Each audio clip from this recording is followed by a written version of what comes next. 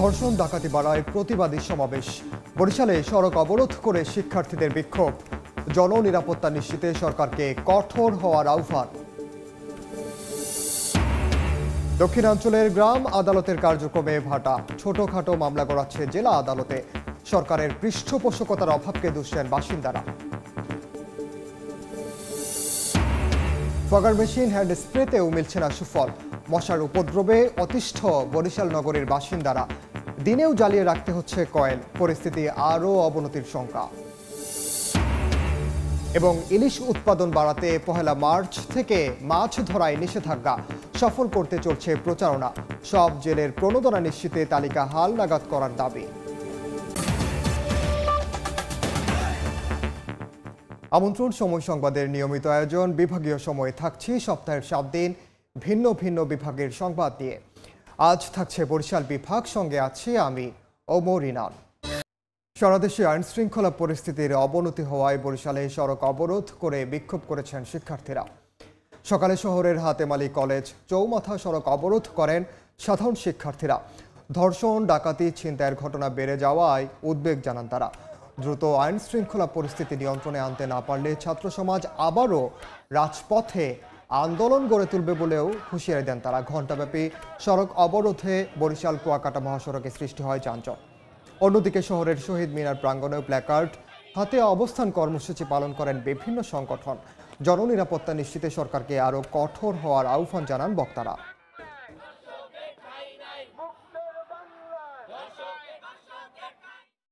আমরা দেখছি বিভিন্নভাবে নারীরা ধর্ষণ হচ্ছে, তারা কর্মস্থানে, শিক্ষা প্রতিষ্ঠানে, এমনকি চলাফেরাও তারা নিরাপদ নয়। সেই সরকার একটা নিজেদের দায়িত্ব, সেই দায়িত্ব আমরা দেখি না পালন করতেছে। সেই দায়িত্ব না পালন করার কারণেই আজকে দেশে ধর্ষণ হচ্ছে, মানুষ নির্যাতনের শিকার হচ্ছে। আমরা চাই যে সুষ্ঠু বিচার এবং দোষীদের চিহ্নিত করে সর্বোচ্চ শাস্তি, যাতে করে এইভাবে আর করতে না পারে। আশা করি যে দ্রুত সময়ের মধ্যে বাংলাদেশে কোনো ধরনের বিচার বহির্ভূত কিংবা কোনো ধরনের নারীরা নিরাপদে তার বাসায় ফিরবে। বরিশাল বিভাগ জুড়ে গ্রাম আদালতের কার্যক্রমে অনেকটাই ভাটা পড়েছে। গণ অভ্যুত্থান পরবর্তী বেশিরভাগ ইউনিয়নেই চেয়ারম্যানরা আত্মগোপনে আর যথাযথ পৃষ্ঠপোষকতার অভাবে এমন দুরবস্থা বলছেন স্থানীয়রা। তবে অন্তর্বর্তী সরকার গ্রাম আদালতকে সক্রিয় করতে নানা পদক্ষেপ নিয়েছে জানিয়েছেন সংশ্লিষ্টরা। বিস্তারিত অপূর্ব রিপোর্টে। সাইনবোর্ড বা দেয়ালে নাম ছাড়া আর কিছুই নেই ঝালকাঠির বেশিরভাগ গ্রাম আদালতে। এজলাস, চেয়ার টেবিল সহ আসবাবপত্র থাকলেও তা অলস পড়ে আছে। জেলার 32টি ইউনিয়ন পরিষদেরই প্রায় একই অবস্থা। ইউনিয়ন পরিষদে বিচার সালিসির মাধ্যমে গ্রামের মানুষের বিবাদ মেটানোর কথা থাকলেও তা হচ্ছে চায়ের দোকান কিংবা প্রভাবশালীদের বাসাবাড়িতে। তবে বেশিরভাগ ক্ষেত্রেই সমাধান না মেলায় থানা কিংবা জেলা আদালতেই গড়াচ্ছে মামলা মোকদ্দমা। চায়ের দোকানে মানুষ আদালত বয়, বাড়িতে আদালত বয়, ঘাটে পথে আদালত বয়, কিন্তু যেখানে হওয়ার কথা এটা সেইখানেই হয় না। বরগুনা সদরের গৌরীচন্না ইউনিয়নে বসেছে গ্রাম আদালতের কার্যক্রম। ভুক্তভোগীদের নিয়ে মামলা নিষ্পত্তিতে বসেছেন ইউপি চেয়ারম্যান ও সদস্যরা। তবে এমন চিত্র জেলার সব ইউনিয়নে চোখে পড়ে না। সংশ্লিষ্টরা বলছেন, জেলার অধিকাংশ গ্রাম আদালত এখন নিষ্ক্রিয়। দেশের পরিবর্তিত পরিস্থিতিতে চেয়ারম্যান ও সদস্যরা কর্মস্থলে অনুপস্থিত থাকায় বিঘ্নিত হচ্ছে বিচার ব্যবস্থা। কোর্টে গেলে উকিল ধরা লাগে, উকিলের টাকা দেওয়া লাগে, মহরের টাকা দেওয়া লাগে। আর আমরা ইউনিয়ন পর্যায়ে আইয়া যে একটা শান্তি পেয়েছি, বেশ কেউ টাকা দেওয়া লাগে না, কিছু না। গ্রাম আদালত আইনের মাধ্যমে পেটি নেচারের মামলাগুলো দ্রুত নিষ্পত্তি হচ্ছে। এর ফলে বিচারিক আদালতে মামলার জট অনেকটাই কমেছে। অচলাবস্থা ভোলার 71টি ইউনিয়নেও। সদরের ধনিয়া ও বাপ্তা ইউনিয়ন পরিষদে গ্রাম আদালতের কার্যক্রম গত 7 মাস ধরে পুরোপুরি বন্ধ। খোদ বিভাগীয় শহর বরিশালের চিত্রও প্রায় একই। কোনো ইউনিয়ন এজলাসে বিচার প্রার্থীদের উপস্থিতি দেখা মিললেও তারা বলছেন, গ্রাম আদালত অনেকটাই নিষ্ক্রিয় হওয়ায় তাদের ভোগান্তি কমছে না। ইউনিয়ন কাউন্সিলের চেয়ারম্যান বা মেম্বার এরা টাকা খাইয়া কোনো পক্ষবাদী বিচার করুক, এটা আমরা চাই না। আমরা চাই সূক্ষ্ম বিচার। গ্রাম আদালত হচ্ছে একটি সরকারি আইনি সেবা, যে সেবার মাধ্যমে গ্রামের দরিদ্র জনগোষ্ঠীর তারা ন্যায্য বিচার নিশ্চিত করতে পারে। কোন ধারায় আমরা বিচার করতে পারি, এগুলো হচ্ছে যারা পেশকার তারা যদি এটা সঠিক মতো না জানে, এক্ষেত্রে আসলে অন্তরায়। তবে গ্রাম আদালতকে সক্রিয় করতে অন্তর্বর্তী সরকার লোকবল বাড়ানো সহ নানা উদ্যোগ নিচ্ছে জানান সংশ্লিষ্টরা। পাশাপাশি কেউ বিচার কাজে অসৎ পথ অবলম্বন করলে তাদের আইনের আওতায় আনার হুঁশিয়ারি দেয়া হয়। তারা যদি কোনো কিছু করেন তাহলে তাদের বিরুদ্ধে অপরাধ হলে সেটা আবার তাদের বিরুদ্ধে যে আইন আছে সেই আইন অনুযায়ী বিচার হবে। বিভাগের 6 জেলায় 363টি গ্রাম আদালত রয়েছে, যেখানে গত এক বছরে 5,139টি মামলার মধ্যে নিষ্পত্তি হয়েছে 4,689টি। অপূর্ব অপু, সময় সংবাদ, বরিশাল। এ বিষয়ে আরো খবর জানাতে এই মুহূর্তে ভোলায় আছেন সহকর্মী নাসিরউদ্দিন লিটন, ঝালকাঠিতে আছেন পলাশ রায় এবং বরিশালে আছেন সহকর্মী অপূর্ব অপু। সরাসরি শুরুতেই যাচ্ছে লিটনের কাছে। স্বল্প সময়ে অল্প খরচে প্রান্তিক মানুষের সুবিচার নিশ্চিত করার লক্ষ্যে যে গ্রাম আদালত শুরু হয়েছিল, ভোলার জেলার 71টি গ্রাম আদালত রয়েছে। মূলত গ্রাম আদালতগুলো গত প্রায় 7 মাস পর্যন্ত এখন কার্যত অচল অবস্থায় রয়েছে। জুলাই আগস্টে বিপ্লবের পরে আসলে এখানকার যারা জনপ্রতিনিধিরা ছিলেন তারা অনেকেই আত্মগোপনে চলে গেছেন। গ্রাম আদালতের কার্যক্রম তার সাথে সাথে বন্ধ রয়েছে। এখানে সরকারিভাবে যে প্রশাসক নিয়োগ করা হয়েছে, গ্রাম আদালতের নিয়ম অনুযায়ী আসলে তারা এই গ্রাম আদালতগুলো পরিচালনা করার ক্ষমতা প্রাপ্ত নয়। এই জন্য গ্রাম আদালতগুলো এখন কার্যত অচল অবস্থায় রয়েছে। আমি একটি পরিসংখ্যান যদি বলি, 2024 সালে ভোলা জেলার 71টি আদালতে 1,625টি মামলা হয়েছে, এর মধ্যে নিষ্পত্তি হয়েছে 1,402টি মামলা, বিচারাধীন আছে 223টি মামলা। এই মামলাগুলি আসলে নিয়ম অনুযায়ী 90 দিন, বিশেষ ক্ষেত্রে 120 দিনের মধ্যে নিষ্পত্তি করার কথা থাকলেও গত 7 মাস পর্যন্ত এগুলো এখন পর্যন্ত নিষ্পত্তি হয়নি। যেই 1,625টি মামলার মধ্যে 223টি মামলা যে এখন নিষ্পত্তি হয়েছে, সেখান থেকে আসলে ক্ষতিপূরণ বাবদ প্রান্তিক মানুষ আসলে 1,08,00,000 টাকা ক্ষতিপূরণ বাবদ পেয়েছে বলে আমরা সংশ্লিষ্ট সূত্রে জানতে পেরেছি। গ্রাম আদালতের নিয়ম অনুযায়ী 14 দিনের মধ্যে আসলে আদালত গঠন করে 90 দিনের মধ্যেই সেই বিষয়টি মীমাংসা করতে হবে।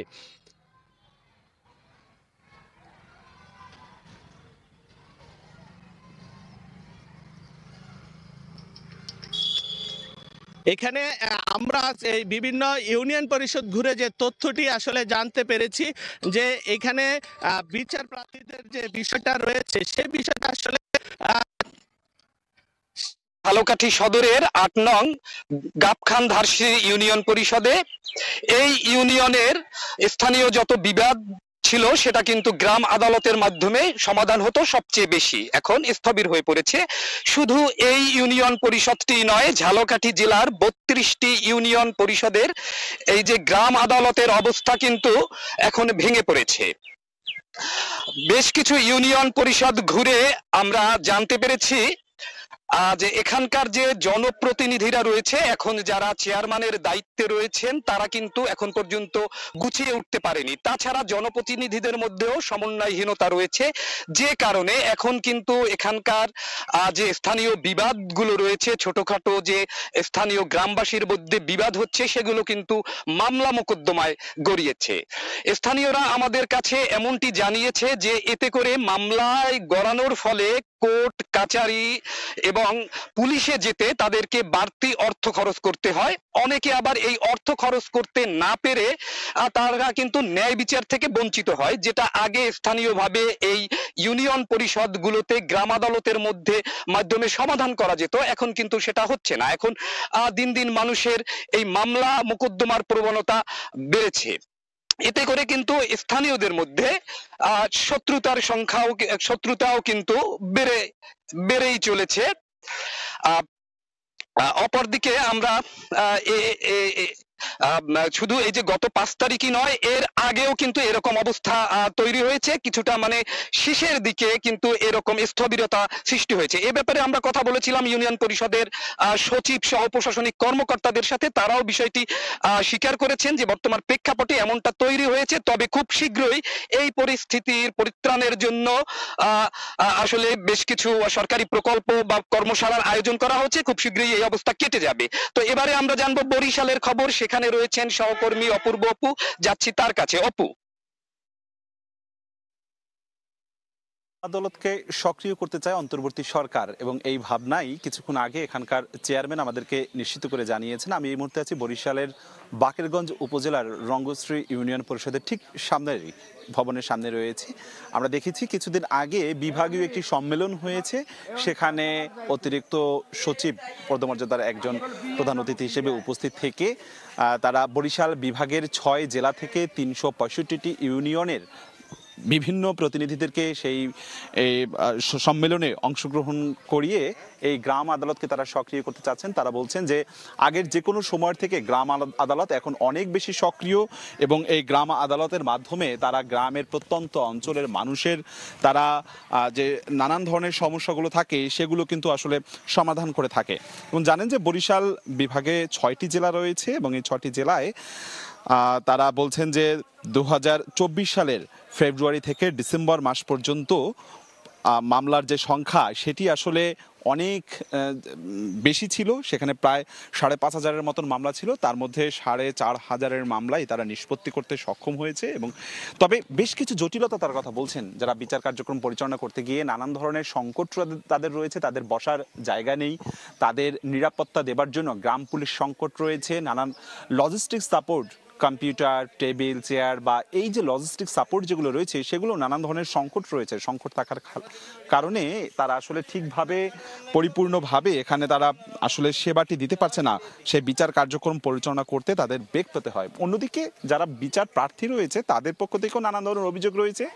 অনেক ইউনিয়নেই দেখা যায় যে বিচার কার্যক্রম পরিচালনা করতে গিয়ে পক্ষপাত মূলক আচরণ করা হয়। সেই জায়গা থেকে যদিও বা বলা হচ্ছে যে অন্তর্বর্তী সরকারের পক্ষ থেকে গ্রাম আদালত একদিকে যেমনি তারা সক্রিয় করতে চাচ্ছেন, তারা অন্যদিকে যদি কেউ এই বিচার কার্যক্রম করতে গিয়ে পক্ষপাতমূলক আচরণ করে তাদেরকেও কিন্তু আইনের আওতায় আনা হবে। তবে সেই সাথে সাথে বড় সুখবর হচ্ছে গ্রাম আদালতে এখন লোকবল বাড়ানোর প্রক্রিয়া চলছে এবং লজিস্টিক্স সাপোর্ট যেগুলো রয়েছে, কম্পিউটার বিতরণের কার্যক্রম চলতি মাসেই তারা শুরু করবেন বলে জানিয়েছে অতিরিক্ত পদমর্যাদার একজন সচিব। তিনি জানিয়েছেন সব ধরনের সহযোগিতার মধ্য দিয়ে গ্রাম পর্যায়ে যে গ্রাম আদালতগুলো রয়েছে এগুলো আরও বেশি সক্রিয় শক্তিশালী করা হবে। তো বরিশালের বাকেরগঞ্জের একটি গ্রাম আদালতের সামনে থেকে আমার কাছে সবশেষ এতটুকুই খবর ছিল। সরাসরি যুক্ত ছিলাম ভোলা, ঝালকাঠি এবং বরিশালে। বিভাগীয় সময়ে আরও থাকছে পৌরসভার উন্নয়নে শত কোটি টাকা ব্যয় হলেও নেই বর্জ্য পরিশোধনাগার। বরগুনা শহরের বর্জ্য ফেলা হচ্ছে পায়রা নদীতে, হুমকিতে মাছের প্রজনন ও উৎপাদন। কোনোভাবেই কমছে না বরিশাল নগরীতে মশার উপদ্রব। রাতে তো বটেই, দিনের বেলাতেও মশার উৎপাতে অতিষ্ঠ নগরবাসী। স্বাস্থ্য দপ্তর বলছে গত মৌসুমে রাজধানী ঢাকার পর বরিশালে ডেঙ্গুতে আক্রান্তের সংখ্যা ছিল বেশি। তবে নগর ভবনের দাবি মশক নিধনে তাদের কার্যক্রম আগের চেয়ে বেশি। সুজয় দাসের তোলা ছবিতে অপূর্ব অপুর আরও একটি রিপোর্ট। বরিশাল সিটি কর্পোরেশনের দাবি অনুযায়ী প্রতিদিন ফগার মেশিনে এমন করে মশক নিধনের কাজ চলে, কিন্তু এতে সুফল মিলছে না।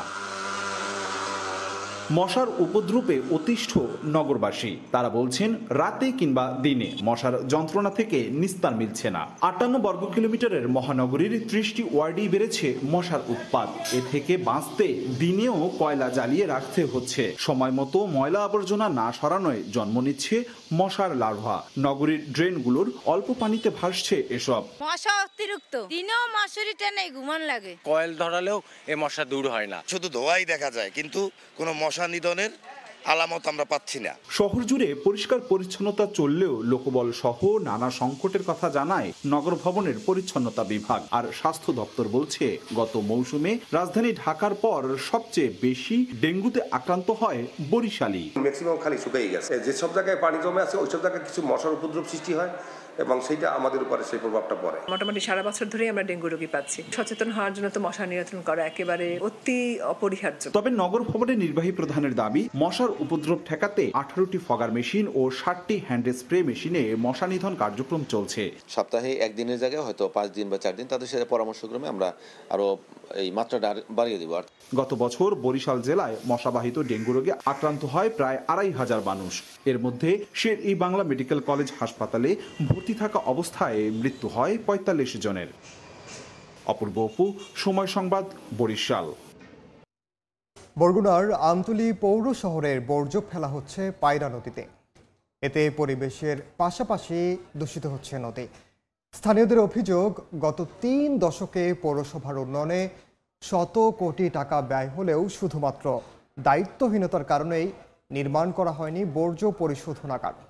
নদীতে বর্জ্য ফেলা বন্ধের পাশাপাশি পরিশোধনাগার নির্মাণের আশ্বাস সংশ্লিষ্ট কর্তৃপক্ষের। রুবেল হোসেনের ছবিতে সাইফুল মিরাজের রিপোর্টে বিস্তারিত। বরগুনার আমতলীর পায়রা নদীর তীরে জমে আছে বর্জ্যের স্তূপ। পৌর শহরের সব বর্জ্যই ফেলা হচ্ছে এই নদীতে। এতে পরিবেশ দূষণের সঙ্গে দূষিত হচ্ছে নদীও। ব্যাহত হচ্ছে ইলিশ সহ সকল প্রজাতির মাছের প্রজনন ও উৎপাদন। খোলা স্থানে এমনভাবে বর্জ্য ফেলায় দুর্গন্ধে অতিষ্ঠ স্থানীয়রা। নদীর পানি ব্যবহার করায় বিভিন্ন রোগে আক্রান্ত হচ্ছেন তারা। এলাকাবাসীর অভিযোগ, বিভিন্ন সময়ে পৌরসভার উন্নয়নে শত কোটি টাকারও বেশি ব্যয় হলেও শুধুমাত্র দায়িত্বহীনতার কারণে বর্জ্য পরিশোধনাগার নির্মাণ করেনি পৌর কর্তৃপক্ষ।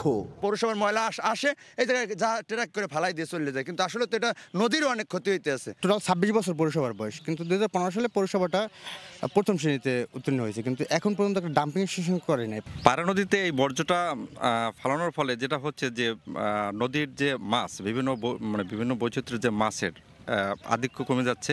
তবে স্থানীয় সরকার বিভাগ বলছে বন্ধ করা হবে নদীতে বর্জ্য ফেলা, উদ্যোগ নেওয়া হবে বর্জ্য পরিশোধনাগার নির্মাণের।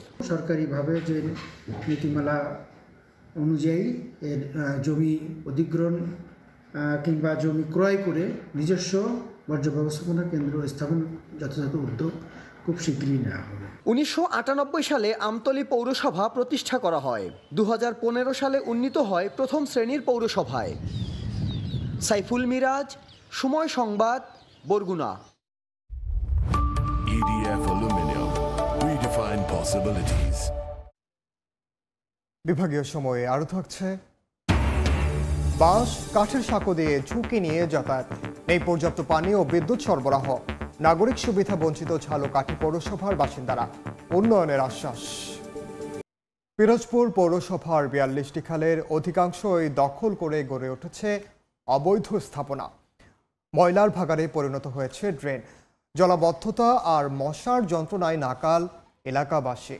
পৌর কর্তৃপক্ষ জানিয়েছে দখল হওয়া খাল পুনরুদ্ধার ও খননে নেওয়া হবে উদ্যোগ। জিয়াউল হকের পাঠানো তথ্য ও ছবি নিয়ে রিপোর্ট। দেখে বোঝার উপায় নেই, একসময় এই খালে চলাচল করত বড় বড় নৌকা। দখল আর দূষণের কবলে এখন পরিণত হয়েছে আবর্জনার ভাগাড় আর মশার প্রজনন ক্ষেত্রে। এ চিত্র পিরোজপুর সদর পৌরসভার 2 নম্বর ওয়ার্ডের ঝাটকাঠি ভারানী খালের। স্থানীয়দের অভিযোগ, পৌর এলাকায় কখনোই হয়নি পরিকল্পিত নগরায়ন। প্রায় 30 বর্গ কিলোমিটার আয়তনের পৌর এলাকায় কাগজে কলমে রয়েছে 42টি খাল। তবে এর অধিকাংশই দখল করে গড়ে তোলা হয়েছে অবৈধ স্থাপনা। এতে বাধাগ্রস্ত হয় পানির স্বাভাবিক প্রবাহ। ড্রেনের সঙ্গে খালের সংযোগস্থলে জমে গেছে আবর্জনা। এতে ড্রেন থেকে খালে পানি নামতে না পারায় সৃষ্টি হয় জলাবদ্ধতা। বিভিন্ন বাথরুমের লাইনের যে সরেজ যে আমরা যেটা পাইপগুলো বলি, সব খালের সাথে দেওয়া। প্লাস অনেকে দেখেন খালের সাইড দখল করে দোকানপাট উঠাইছে, তারপরে আপনার গাছ লাগাই বাগান করে ফেলাইছে। সঠিক নজরদারি না থাকার কারণে আস্তে আস্তে এই সব খালগুলো ভরে এখন ড্রেনও একসময় দেখা যাবে যে ড্রেনও থাকতেছে না।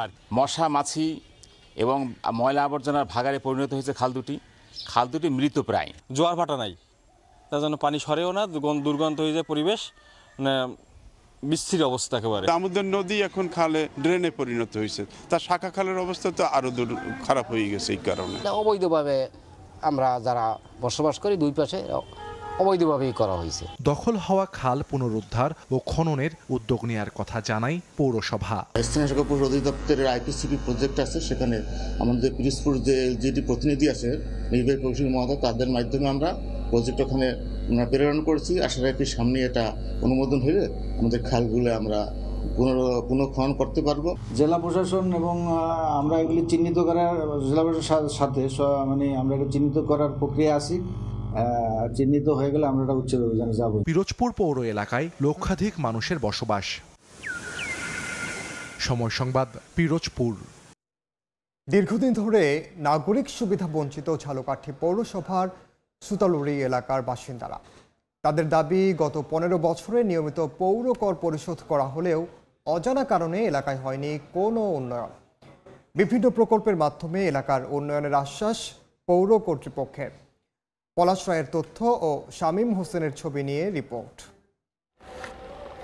আঞ্চলিক সড়ক ভেঙে পড়ে গেছে পাশের খালে, তৈরি হয়েছে মরণ ফাঁদ, নেই পর্যাপ্ত পানি ও বিদ্যুৎ সরবরাহ। এলাকার অনেক স্থানে খাল পারাপারে এখনো ভরসা বাঁশের সাঁকো। একটু বৃষ্টিতে অনেক এলাকায় তৈরি হয় জলাবদ্ধতা, অথচ অন্য এলাকার মতোই নাগরিকদের নিয়মিত পরিশোধ করতে হচ্ছে পৌরকর। এ চিত্র ঝালকাঠি পৌর এলাকার 3 নম্বর ওয়ার্ডের সুতালুরি এলাকার। স্থানীয়দের অভিযোগ, গত 15 বছরে অজানা কারণে বন্ধ ছিল সব ধরনের উন্নয়ন প্রকল্প। এতে জনজীবনে নেমে আসে চরম ভোগান্তি। আমরা পৌরসভার ভিতরে থাইকেও মনে করেন পৌরসভার যেসব সুযোগ সুবিধা পাওয়ার কথা, পানি পাওয়ার কথা, সাপ্লাই লাইন পাওয়ার কথা, এভরিথিং সব সুযোগ সুবিধা থেকে আমরা বঞ্চিত বললেই চলে। একটা লোক অসুস্থ হলে আমরা হাসপাতালে যে অ্যাম্বুলেন্স যোগে নিব সেই রকমের কোনো রাস্তাঘাট নেই। আমাদের রাস্তা খালের গর্ভে বিলীন হয়ে যাচ্ছে। বর্তমান যে সরকার আছে সেই সরকারের কাছে জোরালো দাবি জানাচ্ছি যাতে আমাদের ঝালকাঠি পৌর এলাকার 3 নং ওয়ার্ডের এই রাস্তাটা অতি দ্রুতভাবে এই রাস্তাটার কাজ করে। নাগরিক ভোগান্তি দূর করতে বিভিন্ন প্রকল্প নেওয়া হচ্ছে বলে জানিয়েছে পৌর কর্তৃপক্ষ। দ্বিতীয় এলাকার কাজগুলো যাতে বাস্তবায়ন হয় সে বিষয়ে প্রশাসক স্যার পদক্ষেপ গ্রহণ করেছে এবং আমরা আশা করি যে খুবই অল্প সময়ের মধ্যে দ্বিতীয় এলাকার যে কাজগুলো, যে উন্নয়ন প্রকল্প হাতে নিয়েছে সেগুলো বাস্তবায়ন হবে। ঝালকাঠি পৌরসভার সুতালুরি এলাকায় প্রায় 10,000 মানুষের বসবাস। সময় সংবাদ, ঝালকাঠি। দেশের 5টি ইলিশের অভয় আশ্রমে 1 মার্চ থেকে 30 এপ্রিল পর্যন্ত 2 মাস মাছ ধরার উপর নিষেধাজ্ঞা জারি করেছে সরকার। এই সময়ে প্রণোদনার পাশাপাশি তালিকা হালনাগাদ করার দাবি জেলেদের। তবে নিষেধাজ্ঞা সফল করতে সচেতনতামূলক প্রচারণার পাশাপাশি অভিযান পরিচালনা করবে মৎস্য বিভাগ। পটুয়াখালী থেকে সুজন দামের ছবি ও মোহাম্মদ মনির হোসেন বাদরের তথ্য নিয়ে রিপোর্ট। উৎপাদন বাড়াতে মার্চ এপ্রিল 2 মাস মেঘনা ও তেতুলিয়া নদী সহ ইলিশের 5টি অভয়াশ্রমে সব ধরনের মাছ ধরায় সরকারি নিষেধাজ্ঞা জারি করা হয়। এ সময় নদীতে কোনো জাল ফেলতে পারবেন না জেলেরা। 1 মার্চ থেকে পটুয়াখালীর পায়রা তেতুলিয়া নদীতে শুরু হয় জাটকা সংরক্ষণ অভিযান, চলবে 30 এপ্রিল পর্যন্ত।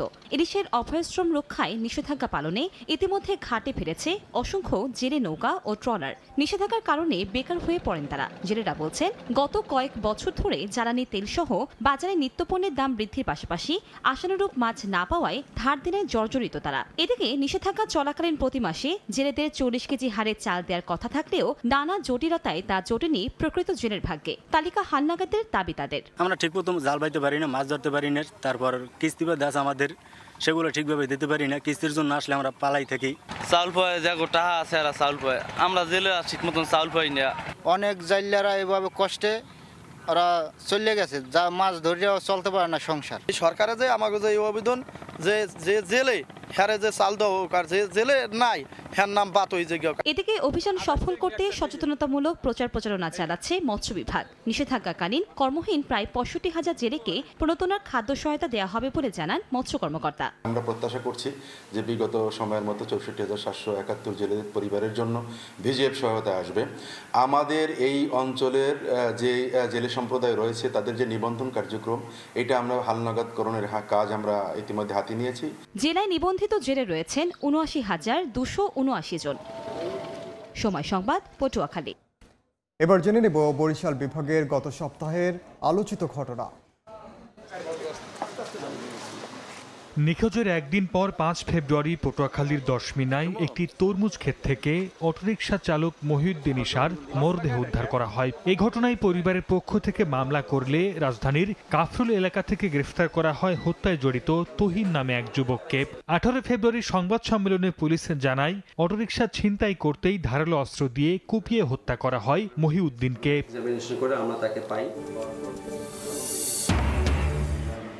19 ফেব্রুয়ারি ভোলা সদর উপজেলার বিভিন্ন এলাকায় অপারেশন ডেভিল হান্ট পরিচালনা করে কোস্ট গার্ড ও পুলিশের যৌথ টিম। এ সময় ইলিশা ইউনিয়নের সাবেক চেয়ারম্যান জহুরুল ইসলাম সহ 4 জনকে আটক করা হয়। আটককৃতরা সবাই আওয়ামী লীগের রাজনীতির সঙ্গে জড়িত বলে জানায় পুলিশ।